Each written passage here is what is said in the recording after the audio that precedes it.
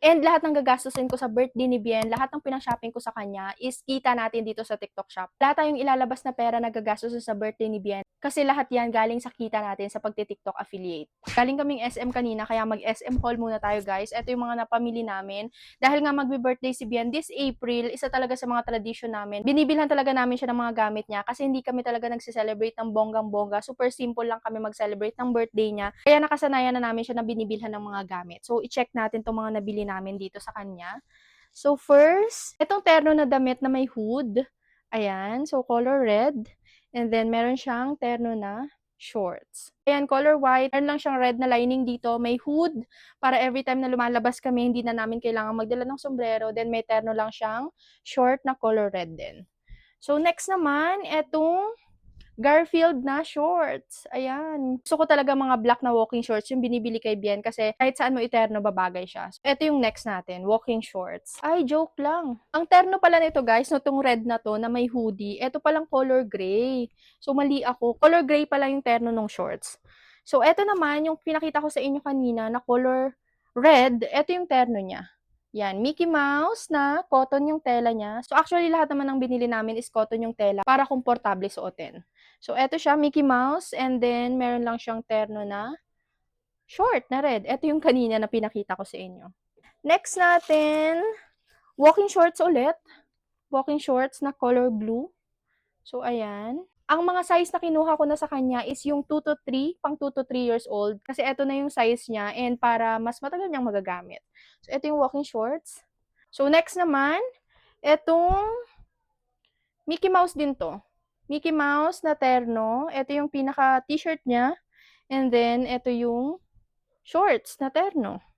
So, ang gaganda ng mga tela na to. Binilang ko rin siya ng 3 pares na medyas. Yung isa na suot niya na. So, 2 na lang to. Ayan. Gusto ko talaga mga original na medyas yung binibili kay Bien. Kasi pag bumibili ako ng mga medyas na maninipis, ang bilis niya lang din gamitin. So, nasisira agad. Kaya nag-i-invest ako sa magagandang klase na original na medyas. So, ayan. Binilhan ko rin siya ng shoes. Ito, Paw Patrol. Ito yung binili kong shoes sa kanya. Color red. Nagamit niya na to. Ilang beses niya na itong nagamit. Pero ipapakita ko na lang din sa inyo. Ito yung bago niyang shoes. So, yan yung mga nabili namin sa kanya. Actually, medyo madami pa to. Itong mga damit na to. Kaya lang nasuot niya na kasi medyo late na ako nakapag-video. So, yun yung mga napakita ko sa inyo na binili namin sa SM. Ibang mga toy nabuksan na rin. So, hindi ko na mapapakita sa inyo. Pero may mga ilan din akong binili sa kanya sa TikTok shop naman. So, itong polo niya, na ilang beses ko na ito napakita sa inyo. Ang daming beses na talaga. So, hindi niya pa rin ito nagagamit. Itong polo, ito naman yung nabili sa TikTok shop. Yan, color green na polo. And then, syempre, meron na siyang terno na shorts. And then, ito naman, yung isa, na terno na polo din. Ayan, ang ganda nung design na to. And then, meron din siyang terno na shorts. Meron din akong binili sa kanya na pan-swimming. So, na-video ko na rin to sa inyo. Ang daming beses ko na itong napakita. Ang dami na akong nag-checkout ng pang-swimming na to. So, thank you so much sa mga nag-checkout na to. Napakaganda na to, guys. Ayan. So, sunod-sunod yung swimming namin this April and May. So, magagamit at magagamit to ni Bien. Ang pinakagusto ko dito sa na-checkout ko na to, meron na siyang terno na sombrero. Meron pa pala ako dito, SM din namin to nabili. So, etong terno na, yan, terno na mga cotton na pambahay. Marami akong binili sa kanya na to. Parang 3 set to or 4 na set. Ito yung pinaka damit niya.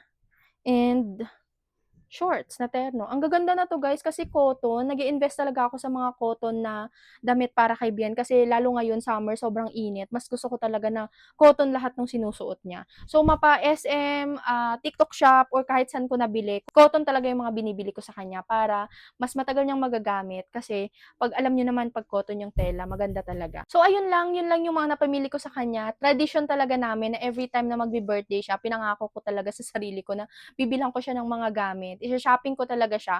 Actually, marami pa tong mga napamili namin na to. Pero na-open na kasi yung iba kasi last week pa kami namili. Ito na lang yung mga natira na hindi pa niya nagagamit. Dito natin kukunin sa kita natin sa pagti-TikTok affiliate.